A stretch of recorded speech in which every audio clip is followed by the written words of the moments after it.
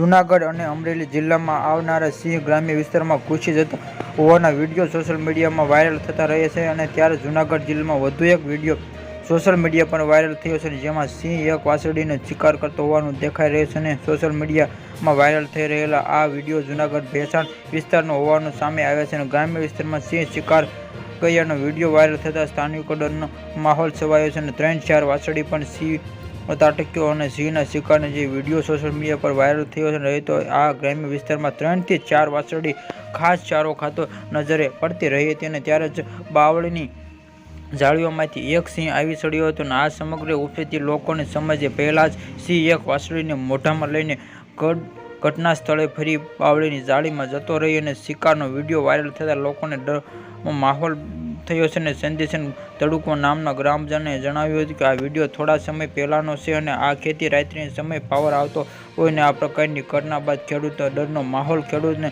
નાસુટૂક થયો છે. અને પાટણ જિલ્લામાં માર્ગ પર આવનારા નાના મોટા માર્ગ અકસ્માતમાં સર્જાયા હોવાના કિસ્સા સામે આવ્યા હતા. અકસ્માતના ગોઝારા અકસ્માત તાત્કાલિક વન્ય વિભાગમાં આ ભાગની ગામની જાણી અને જતા બચાવ જતા કાર રોડ પર સાઈડમાં આવેલી પાણી ભરેલી ખાડામાં ખાબકી હતી. અને આ પરિવાર પત્ની અને 2 પુત્ર પાણીમાં ડૂબી જવાના ઘટના સ્થળે જ મોત નીપજ્યું હતું.